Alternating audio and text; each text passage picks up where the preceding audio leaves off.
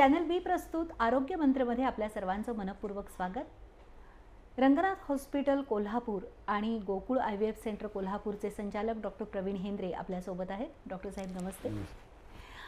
आतापर्यंत आपण बघितलं की 9 महिन्यापर्यंत गरोदरपणाच्या काळामध्ये एखाद्या स्त्रीची नेमकी कशी अवस्था असते आणि त्यावेळेला येणारे प्रॉब्लेम्स काय काय असतात, सोबतच कुठल्या कुठल्या टेस्ट आपल्याला करणं गरजेचं असतं। आता ज्या वेळेला ह्या सगळ्या गोष्टी पूर्ण होतात आणि जी स्त्री आहे तर तिच्या पोटी जेव्हा एक नवजात शिशू जन्माला येतो त्यावेळेला घरातल्या खरं तर सगळ्यांना आनंद झालेला असतो, पण त्याच वेळेला कुठेतरी डॉक्टरांचं म्हणणं असतं की नाही बाळाला ना थोडी काविळीची लक्षणं दिसतात। पण डॉक्टर साहेब मला इथूनच खरं तर सुरुवात करायची आहे की ज्यामुळे घरातल्या सगळ्यांच्या चेहऱ्यावरचा जो आनंद आहे तो थोडासा कमी होतो आणि नवजात शिशूमध्ये कावीळ का आढळते, सगळ्यात पहिला प्रश्न। आता सगळ्यात महत्त्वाची गोष्ट काय माहिती आहे का, हा सगळ्यात कॉमन प्रॉब्लेम आहे आणि ह्या नैसर्गिक आहे, हे नॅचरल आहे। फक्त तो त्याचा जेव्हा अतिरेक होतो तेव्हा ते ॲबनॉर्मल व्हायला सुरू करते। तर सगळ्यात पहिल्यांदा आपण हे लक्षात घेऊया, म्हणजे त्याच्यावर माहिती सांगूया की नवजात शिशूंना सर्व शिशूंना कावीळ का होते। कारण कसं आहे माहिती आहे, कावीळ व्हायची कारणं कशी आहेत, म्हणजे नॉर्मल कावीळ व्हायची कारणं जे आम्हाला शिकवल्या जाते अशी आहेत। लिव्हर डॅमेज झालं की कावीळ होऊ शकते। दुसरी गोष्ट, आता कावीळ म्हणजे काय की बिलिरुबिन, ही बिलिरुबिनची उत्पत्ती कुठून होते, तर आपलं हिमोग्लोबिन जे आहे, म्हणजे रक्तात लाल पेशीमध्ये जे हिमोग्लोबिन असतं ते हिमोग्लोबिन जेव्हा त्याचं म्हणजे विघटन होतं, ते विघटन झाल्यानंतर त्यातनं ही बिलिरुबिन निर्माण होतं। तर विघटन होण्यासाठी काय व्हायला पाहिजे, तर मग त्याचं हिमोलिसिस म्हणजे RBCs म्हणजे लाल रक्तपेशी ज्या आहेत, हे जे ह्या म्हणजे त्यांना अगदी म्हणजे थोडक्यात स्प्लीनमध्ये म्हणजे प्लीहामध्ये सतत, म्हणजे आता आपल्यासुद्धा प्रत्येकाच्या शरीरामध्ये 120 दिवस त्या RBCचं लाईफ आहे। 120 दिवसानंतर त्या RBCचं म्हणजे विघटन होतंच, म्हणजे त्याला फोडलं जातं स्प्लीनमध्ये आणि मग त्यातनं हिम आणि ग्लोबिन म्हणजे हा प्रोटीन आहे आणि हिम हा त्यातला हा ज्यातनं तो जो पार्ट आहे, तर तो पार्ट जो आहे तर तो त्याचं कन्व्हर्शन जे आहे, म्हणजे त्याचं रूपांतर हे पहिल्यांदा बिलिरुबिनमध्ये होतं। आणि हे बिलिरुबिन जे आहे सुरुवातीला स्प्लीनमध्ये जे तयार होतं ते वॉटर सॉल्युबल नसतं, म्हणजे पाण्यामध्ये विरघळत नाही।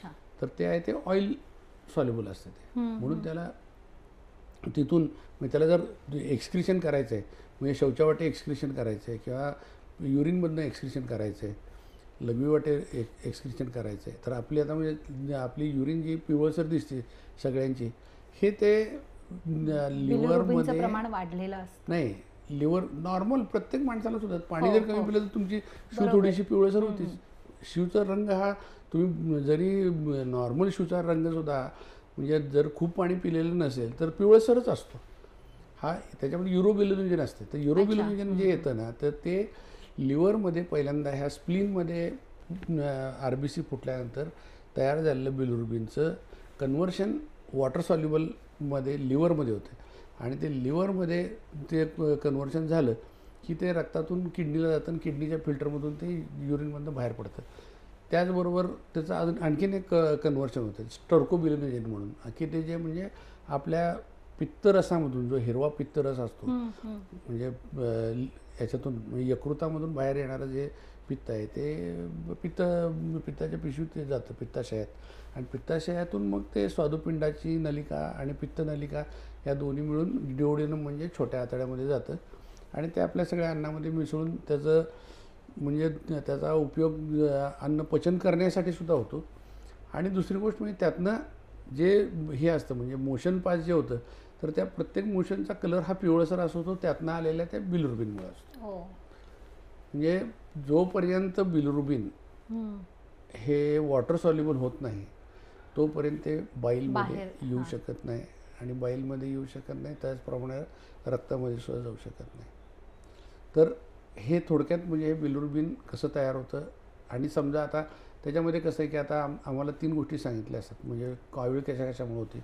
एक हिमोलिसिस, म्हणजे समजा जर काय जितक्या प्रमाणामध्ये लिव्हरला ह्या म्हणजे ह्याचं ऑइल सॉल्युबल किंवा इनडायरेक्ट बिलिरुबिन जे आहे ह्याचं रूपांतर वॉटर सॉल्युबलमध्ये करायची जेवढी कॅपॅसिटी आहे त्याच्यापेक्षा जास्ती जर काय RBCs फुटल्या, बरोबर, लाल रक्तपेशी हो, फुटल्या, हो. तर म्हणजे त्याचं प्रोडक्शन ते बिलिरुबिनचं जर जास्ती झालं आणि लिव्हरला ते ट्रान्सफॉर्म करता आलं नाही किंवा ते म्हणजे त्याचं वॉटर सॉल्युबल करता आलं नाही तर तेवढं, ते राहिलेलं जे आहे तर म्हणजे त्यामुळे कधी कधी होऊ शकतं एक म्हणजे इकडे RBC जास्ती फुटल्या आणि लिव्हरवर लोड आला आहे, लिव्हर नॉर्मल आहे पण तेवढं त्याची कॅपॅसिटी नाही, ह्या फॅक्टरीची कॅपॅसिटी नाही, त्यामुळे तो माल पडू नये, तो माल सगळ्या आपल्या रक्तामध्ये फिरायला लागला आणि मग ती जॉन्डिस होते. दुसरं लिव्हर आता तिकडचं नॉर्मल आहे, खरं लिव्हर खराब आहे, लिव्हरमध्ये ही कन्वर्ट करायची कॅपॅसिटी नाही, संपलेली आहे. म्हणजे ते बरेच आपले अल्कोहोलमुळे नंतर होतं आहे किंवा इन्फेक्टिव्ह हिपॅटायटिस होतं आहे, हिपॅटायटिस B होतं, हे अशा प्रकारचे ज्या काय लिव्हरचे आजार आहेत त्याच्यामुळे सुद्धा हे कावीळ होते. आणि तिसऱ्या प्रकारचे कावीळ म्हणजे RBC सुद्धा नॉर्मल आहेत, लिव्हरसुद्धा फंक्शन नॉर्मल आहे, खरं त्यातून बाहेर पडणारा जो पित्तरस आहे हा याला जर काय कुठेतरी म्हणजे अडथळा निर्माण झाला तर होऊ शकतं, तर मग त्यातनं ते सगळं ॲब्सॉर्ब होऊन कावीळ होऊ शकते. म्हणून त्याला आमच्याकडं हिपॅटिक म्हणजे जे लिव्हर खराब झाल्यामुळे होणारी कावीळ, प्री हिपॅटिक म्हणजे लिव्हरच्या पूर्वी RBC फोडताना, आणि पोस्ट हिपॅटिक म्हणजे अशा 3 पद्धतीच्या अशा 3 काविळी. कुठली काविळी? प्री हिपॅटिक आणि पोस्ट हिपॅटिक, पोस्ट हिपॅटिक. ओके. आता ही लहान बाळांना जी असते ती तर ते सांगतो मला की लहान बाळामध्ये ती प्री हिपॅटिकच असते. ती प्री हिपॅटिक का असते म्हणजे RBCs ज्या आहेत ह्या जास्ती प्रमाणात फोडल्या जातात. का फोडल्या जातात हे पहिल्यांदा आपलं लक्षात समजून घ्यायला पाहिजे, कारण ते फार इंटरेस्टिंग वाटायला लागलं हे सगळं. नाही, इंटरेस्टिंग म्हणजे तुम्हाला सांगतो कसं आहे की आपण आता इथं श्वास घेतोय बाहेरचा, म्हणजे किती 20% ऑक्सिजन आहे, 80% नायट्रोजन आहे, तर डायरेक्ट 20% ऑक्सिजन आपल्या फुफ्फुसात जायला लागला आहे. त्यातनं आपलं रक्त जे आहे ते ऑक्सिजन शोषून घेत आहे किंवा हे काय म्हणतात त्यातनं जे काही एक्सचेंज होतं आहे ते म्हणजे समजा कार्बन डायऑक्साईड तिथून बाहेर पडायला लागलेलं आहे, तर हे नॉर्मल कंडिशन आहे. बाळाला असं कुठं आहे, बाळ कुठं श्वास घेते, मग त्याचं जे काय हे श्वासाचं कार्यक्रम जो काय चालू असतो, कार्य जे आहे हे कोण करतं, तर आईचं फुफ्फुस करतं. मग आईच्या रक्तामध्ये म्हणजे जो विरघळलेला ऑक्सिजन किंवा अन्न घटक हे सगळं जे काही आहे हे जास्ती प्रमाणात ओढून घेण्यासाठी त्या बाळाला जास्ती RBCs लागतात. बरोबर. म्हणून बाळाचं हिमोग्लोबिनसुद्धा आणि बाळाच्या लाल रक्तपेशीसुद्धा आपल्या ॲडल्ट लोकांच्या म्हणजे पर ml जे काही हे असतं काय म्हणतात त्याला RBCचं नंबर, तो आईच्या पोटातल्या बाळाचा जास्तीच असतो. का तर त्या आईच्या समजा एक 10 RBC, आपण एक उदाहरण म्हणून देऊया, 10 हे आहेत लाल रक्तपेशी आहेत, 20% ऑक्सिजन ते 10 रक्तपेशी घ्यायला त्यांना काहीच प्रॉब्लेम नाही, पण त्यातला विरघळलेला ऑक्सिजन काढून स्वतःसाठी वापरायचा आहे त्या बाळाला, म्हणून त्याच्याकडे जास्ती म्हणजे कॅरी करणाऱ्या RBCs जास्त आहेत. ओके. बाळ जन्मल्यावर त्याने श्वास घेतला, आता तो स्वतः डिपेंड, आता काय गरज आहे त्याला एवढ्या RBCची, इंडिपेंडंट झालाय. नैसर्गिकरित्या ह्या RBCs ह्या स्प्लीनमध्ये फोडल्या जातात. ओके. म्हणजे त्याचं प्रमाण जे आहे हे नॉर्मल हे काय म्हणतात जे ॲडल्ट झाल्यानंतर जे प्रमाणात फोडल्या जातात, आता एक्सेस आहे ते ठेवून करायचं काय, बरोबर, मग ते जास्ती फोडल्या जातात आणि त्या फोडल्या की मग त्यातून ते लिव्हरकडे येणार म्हणजे कन्व्हर्शन होण्यासाठी, म्हणजे वॉटर सॉल्युबल होण्यासाठी, पाण्यात विरघळणारं बिलिरुबिन होण्यासाठी. पण लिव्हरची तेवढी कॅपॅसिटी नसते, अजून लहान आहे. हां, मग ते लिव्हर लहान म्हणजे ते अजून त्याची तेवढी डेव्हलपमेंट झाली नाही. तर म्हणून फुटणारी RBCचं प्रमाण जास्त, कन्व्हर्शनचं प्रमाण कमी, त्यामुळं ही तफावत जी आहे ही आपल्याला नवजात शिशूची कावीळ ही हमखास सर्व प्रेग्नन्सीच्या नंतर डिलिव्हरीच्या नंतर होत असते ते सगळ्यांना प्रश्न असतो की आता माझी बाळाला कावीळ झाली, डॉक्टर कावीळ झाली. अरे इट्स अ नॉर्मल फिनॉमिनन. फक्त काय माहिती आहे का, ते प्रमाण जे आहे हे 10, 11, 12, 15 तिथपर्यंत ठीक आहे. पण त्याच्यानंतर मात्र समजा जर त्यापेक्षा म्हणजे जेव्हा ते जास्ती वाढायला लागते त्यावेळेस एकतर म्हणजे RBCs जास्ती फुटायला लागले असतात आणि त्या लिव्हरची तेवढी कॅपॅसिटी नसते. मग त्यावेळेस मात्र बाहेरून आपलं त्याला उपचार करायला लागतात, काही सपोर्ट करायला लागतात.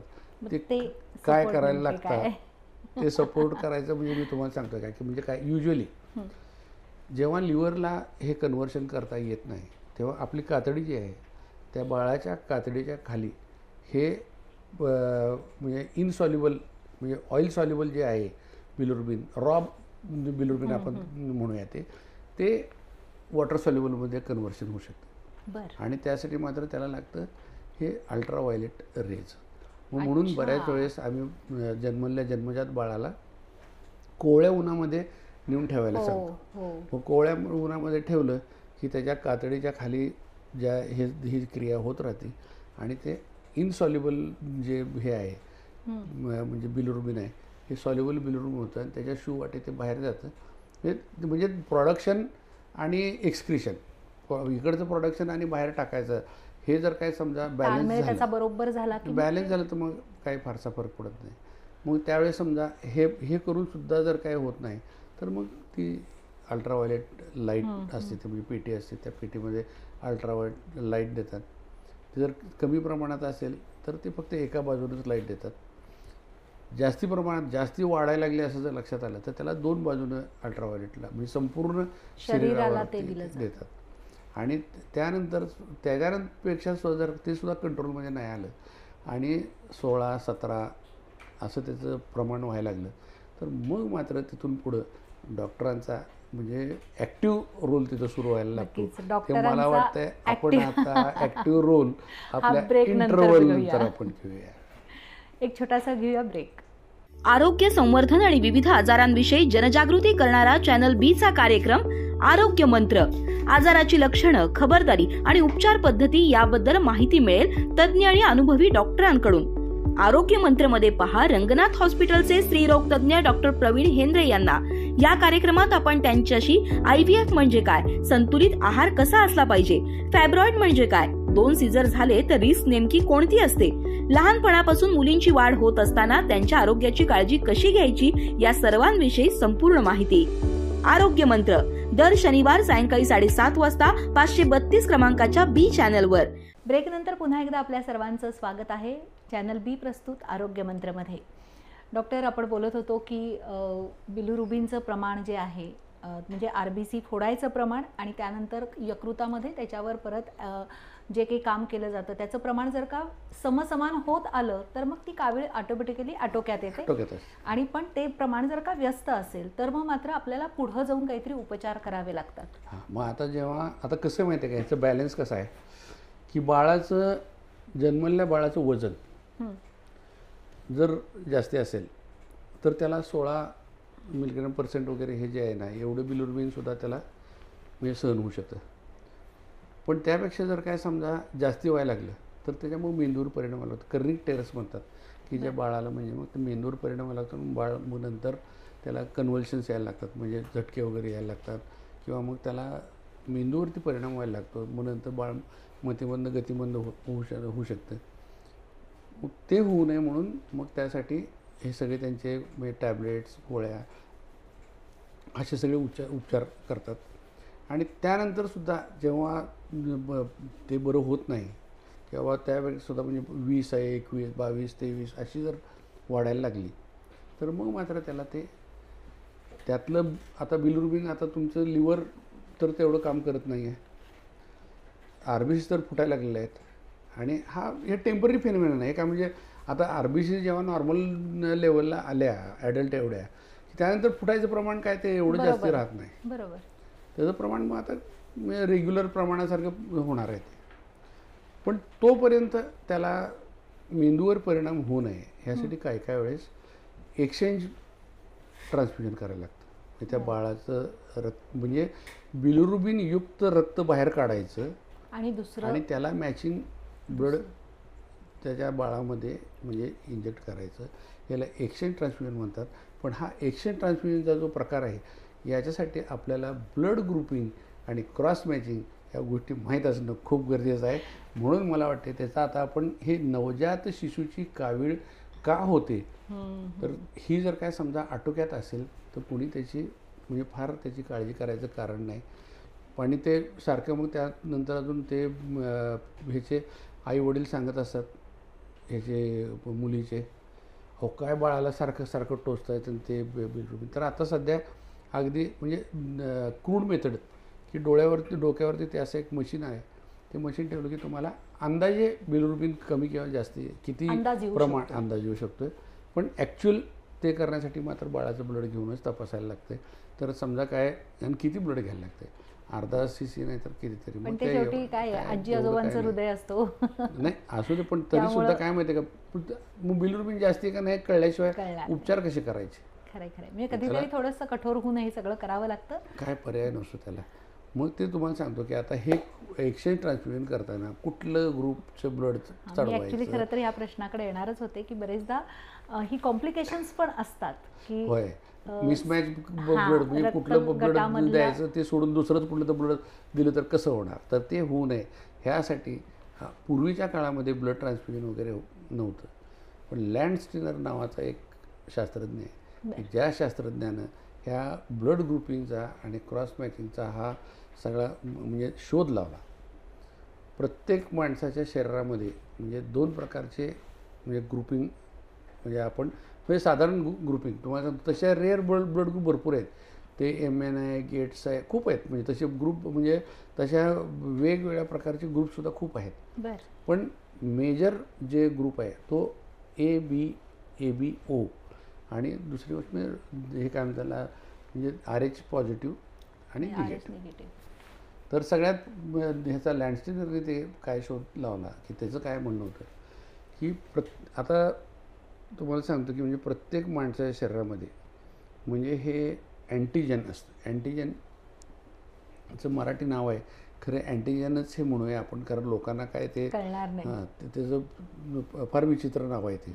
तर ते कोणाच्या लक्षात येणार नाही. अँटीजन आणि अँटीबॉडी म्हणजे अँटीजन म्हणजे काय की एक प्रकारचं प्रोटीन बरोबर आणि अँटीबॉडी म्हणजे काय की त्याच्या विरुद्ध असणारं रसायन थोडक्यात. म्हणजे आपण आता एक साध्यातलं साधं उदाहरण आपण असं धरूया की आपलं घर आहे. तर घरामध्ये अँटीजन म्हणजे आपण माणसं म्हणजे फिरत आहोत आणि त्याच्या विरुद्ध जे आहेत ते म्हणजे समजा आपलं प्रोटेक्शनसाठी जे काय ठेवलेलं आहे तर त्या अँटीबॉडी म्हणजे आपण एखादं कुत्रं पाळलं आहे असं समजा. कुत्रं म्हणजे एक सोपं उदाहरण तुम्हाला सांगतो.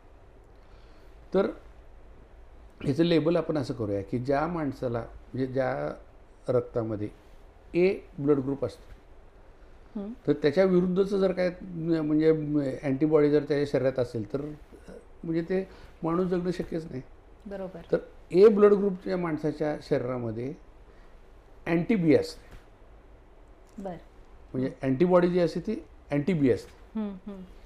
B ग्रुपच्या माणसाच्या शरीरामध्ये अँटी-A असते. म्हणजे थोडक्यात आपण असं सांगूया की परस्पर विरोधी. A ग्रुपचा माणूस आहे त्याच्या घरात त्यांनी पाळले अँटी-B नावाचा कुत्रा. B ग्रुपचा माणूस आहे त्याने आपल्या घरामध्ये पाळलेला आहे अँटी-A नावाचा कुत्रा. कारण तो काय करणार की तो त्या ह्याला खाणार नाही म्हणजे बीला खाणार नाही. अँटी-A आहे तो जे आहे ते बाहेरच्या A ग्रुपच्या RBCना खाणार. हे सगळं जे आहे म्हणजे अँटीजन जे आहे ते लाल रक्तपेशीवर असतं. बरोबर. आणि त्याचबरोबर बाकीच्या सगळ्या पेशींवर पण ते असतंच. आता AB जेव्हा अँटीजन असेल तर तेव्हा अँटीबॉडी अँटी-A पण असू शकत नाही आणि अँटी-B पण असू शकत नाही. म्हणजे त्याच्या शरीरामध्ये कुठलीच अँटीबॉडी नाही. त्या AB वाल्या माणसानं म्हणजे आपल्या घरात कुठलाच कुत्रा पळलेला नाही. आणि O की ज्याच्यामध्ये A अँटीजन पण नाही आहे B अँटीजन पण नाही आहे म्हणजे डिवाइड ऑफ एनी अँटीजन. घरात माणूसच नाही तर मग त्या घरामध्ये ते अँटी-A आणि अँटी-B कुत्र्यांचा सगळा सुळसुळाटच आहे. असा थोडक्यात म्हणजे थोडक्यात सांगायचं म्हणजे काय AB, AB आणि O. हे बेसिक ब्लड ग्रुप्स आहेत. त्याच्यामध्ये आता परत मी सब टाईप कसं आहे की RH पॉझिटिव्ह आणि RH निगेटिव्ह. आता RH पॉझिटिव्ह म्हणजे काय, ते डी त्याला मी हे करतो, डी म्हणजे कॅपिटल डी आणि स्मॉल डी. ते सुद्धा आपण असं गृहीत धरूया की आता समजा आता RH पॉझिटिव्ह आहे, ARH पॉझिटिव्ह असतो, BRH positive, ABRH positive, ORH positive. मग त्या माणसाच्या शरीरामध्ये म्हणजे रिसस अँटीबॉडी असायचं काय कारणच नाही. हा रिसस नावाच्या मंकी म्हणजे त्या माकडामध्ये असलेला रक्त गट, त्याच्यावरून ते RH असं त्याचं नाव पडलं. तर आता आपण त्या प्रकाराला माकड धरूया. म्हणजे एक माकड आहे, खरं त्याच्या विरुद्धचं म्हणजे माकड एक म्हणजे RH पॉझिटिव्ह आहे माकड किंवा मनुष्य असं गृहीत धरूया आपण. आणि त्याच्या विरुद्ध हे काय म्हणताला जे RH अँटीबॉडी जे आहे अँटी डी, हे असायचं कारणच नाही. म्हणजे पॉझिटिव्हमध्ये त्याच्या विरुद्ध अँटीबॉडी असायचं काय कारणच नाही. तसंच RH निगेटिव्ह जी म्हणजे स्त्री असते किंवा पुरुष असतो, त्या RH निगेटिव्हच्या शरीरामध्ये जन्मताच आपण काय गृहीत होतो, जसं ABO कसं आहे की Aच्या विरुद्ध अँटी B तिथं आहे, Bच्या विरुद्ध अँटी A तिथं आहे, ABच्या विरुद्ध काहीच नाही आहे, Oच्या विरुद्ध अँटी A अँटी B आहे. तर आपण काय म्हणणार की आता समजा जो RH पॉझिटिव्ह आहे त्याच्या विरुद्ध काय नसणार अँटीबॉडी, आणि RH निगेटिव्ह आहे त्याच्या विरुद्ध मग अँटी डी असेल. तसं होत नाही. ही त्याची खरी म्हणजे गंमत आहे की RH निगेटिव्हच्या RBCच्या विरुद्ध त्या निगेटिव्ह स्त्रियांच्या शरीरात किंवा पुरुषाच्या शरीरामध्ये अँटी डी हे नसतं, म्हणजे अँटीबॉडी ती तयार नसते. पण त्यात असं आहे की ज्या वेळेस ह्या RBCs निगेटिव्ह RBCs यांचा संयोग किंवा त्यांचे RH पॉझिटिव्ह रक्ताशी जेव्हा येतो तेव्हापासून हे सगळं म्हणजे सुरू होतं. म्हणजे ते रिसस तो अँटी डी नावाचा माकड आहे ना, हे नंतर तयार होते. म्हणजे त्याला स्टिम्युलस झाल्यावर RH पॉझिटिव्हच्या रक्तपेशी निगेटिव्हच्या शरीरामध्ये गेल्यानंतर ते अँटीबॉडी तयार व्हायला सुरू होती आणि ते सेन्सिटाईज होते. म्हणजे जन्मताच नसतं, पण हे एक्सपोजर. आता एक्सपोजर कधी कधी होऊ शकतं. म्हणजे RH निगेटिव्हच्या शरीरामध्ये अँटी डी कधी तयार होऊ शकते की जेव्हा एक्सपोजर व्हायला पाहिजे त्याला RH पॉझिटिव्हच्या ब्लडने, चुकून आम्ही RH निगेटिव्हच्या पेशंटला RH पॉझिटिव्ह ब्लड दिलं. पहिल्या ब्लडला काय होत नाही, पण ते तिथं ट्रिगर करतं की आता इथून पुढे आपण आपल्या शरीरामध्ये अँटी डी तयार करायचं. मी तयार होता त्यानंतर. दुसरी गोष्ट की समजा आता जेव्हा हे प्रेग्नन्सीमध्ये ॲबॉर्शन होताना थोडंसं रक्त म्हणजे ते बाळ पोटात RH निगेटिव्ह आई आहे, बाळ पॉझिटिव्ह आहे, ॲबॉर्शन होताना थोडं बहुत त्या पॉझिटिव्ह RBCs त्या आईच्या रक्तामध्ये जाऊ शकतात आणि त्या गेल्यानंतर मग तिथं मग ते स्टिम्युलेट होऊन लगेच ट्रिगर होऊन ते अँटी डी तयार व्हायला सुरू होते. समजा की 7व्या 8व्या महिन्यामध्ये रक्तस्राव आत थोडा झाला आणि ते बाळाच्या रक्त जे पॉझिटिव्ह आहे, म्हणजे नवरा पॉझिटिव्ह असेल तर ते बाळ म्हणजे निगेटिव्ह आईच्या पोटामधलं बाळ जे आहे त्या आईच्या शरीरामध्ये म्हणजे रक्ताभिसरणामध्ये ह्या RBCs पॉझिटिव्ह गेल्या की ते ट्रिगर करते अँटी डी तयार करायला. डिलिव्हरीच्या वेळेस म्हणजे प्लॅसेंटा जेव्हा बाहेर सेपरेट होतो, म्हणजे वार जेव्हा सेपरेट होते, तेव्हा काही प्रमाणामध्ये रक्त आपण पूर्वीसुद्धा हे सांगितलं आहे कसं की आईचं रक्त आणि बाळाचं रक्त हे कधीही मिक्स होत नाही. बरोबर.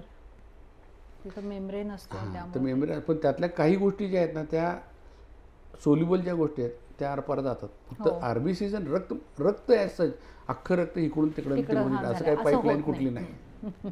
म्हणजे त्यातनं जे काय ते म्हणजे फिल्टर होऊनच जाणार. म्हणजे ऑक्सिजन इकडचा तिकडे जाणार, कार्बन डायऑक्साईड तिकडचा इकडे येणार, अन्न पदार्थ तिकडचं तिकडे जाणार, नायट्रोजन तिकडे जाणार, युरिया इकडचं तिकडे जाणार. म्हणजे आईच्या रक्ताकडे जाणार, बाळाच्या शरीरात तयार झालेला युरिया मग आईकडनं ते चांगलं हे काय बाकीचं ग्लुकोज वगैरे येणार, हे सगळं त्या एका पडद्यातून एक्सचेंज चालू असतं. पण त्यावेळेस जेव्हा इंजुरी होती थोडी बहुत प्लॅसेंटाला, तेव्हा त्यावेळेस बाळाचं रक्त आईच्या शरीरामध्ये मिक्स होऊ शकते. म्हणून जेव्हा कधी म्हणजे जेव्हा RH निगेटिव्ह, आता आपलं पुरुष RH निगेटिव्ह असलं काय फरक पडत नाही, काय इट मेक्स नो डिफरन्स. त्याला काय त्याच्या रक्तामध्ये म्हणजे पॉझिटिव्ह RBCsचा संबंध यायचं काय कारणच नाही, अनलेस त्याला कुणीतरी RH पॉझिटिव्ह ब्लड दिलं असेल. पण ते पूर्वीच्या काळामध्ये हे अँटीडी तयार करण्यासाठी ह्या व्हॉलेंटियर म्हणजे RH निगेटिव्ह व्हॉलेंटियरच्या शरीरामध्ये ह्या RBCs पॉझिटिव्ह RBCs इंजेक्ट करून त्यांच्या शरीरामध्ये अँटीडी तयार करून ते अँटीडी हे म्हणजे त्या आईला देण्यासाठी म्हणून पूर्वी वापरलं जायचं. आता सिंथेटिक अँटीडी तयार होते, म्हणजे पूर्वीसारखं नाही. म्हणजे पूर्वी अगदी म्हणजे त्या व्हॉलेंटियर्समध्ये करूनच म्हणजे फार म्हणजे त्यांचं जर ते ब्लड काढायचं, त्यातनं अँटीडी काढायचं आणि परत त्यांना ते ब्लड चढवायचं, हा सगळा प्रकार व्हायचा. पण आता तो काय नाही आहे. पण तुम्हाला सांगतो की म्हणजे हे जे RH पॉझिटिव्ह RH निगेटिव्ह जे आहे, तर त्या ह्याच्यामध्ये आई जर RH निगेटिव्ह असेल आणि बाळाचे वडील पॉझिटिव्ह असेल, म्हणजे पार्टनर तुमचा पॉझिटिव्ह आहे, तर ते हे काय बाळ पॉझिटिव्ह होण्याची शक्यता असते. ते त्याला लँडस्टीनर लॉ असं म्हणतात. तो लँडस्टीनर लॉ हा म्हणजे आपण समजून घेणं फार गरजेचं आहे. मला असं वाटतंय की खूप इंटरेस्टिंग असा हा सगळा विषय चाललेला आहे आणि प्रत्येकाला याबद्दल थोडीफार का होईना माहिती असणं अत्यंत गरजेचं आहे. कारण काय आहे की बरेचदा भावनेच्या भरामध्ये आपण काहीतरी विचार वेगळे वेगळे करत असतो, पण त्याच्यामागची नेमकी शास्त्रीय भूमिका काय आहे आणि डॉक्टर्स आपल्याला नेमके काय सांगतायत हे ज्या वेळेला आपल्याला लक्षात येईल ना, तेव्हा आपणही थोडासा प्रॅक्टिकल विचार करू शकू. मला असं वाटते की या आपल्या संपूर्ण सिरीजचा उद्देशच हा आहे की लोकांना थोडंसं ज्ञानी करून सोडावं. तर मला असं वाटते की तुम्ही जो सांगितलेला प्रश्न आहे तर तो आपण पुढच्या एपिसोडमध्ये घेऊया. तो संपूर्ण समजून घेणं तितकंच महत्त्वाचं आहे. पण आज मात्र आता इथंच थांबूया. नमस्कार.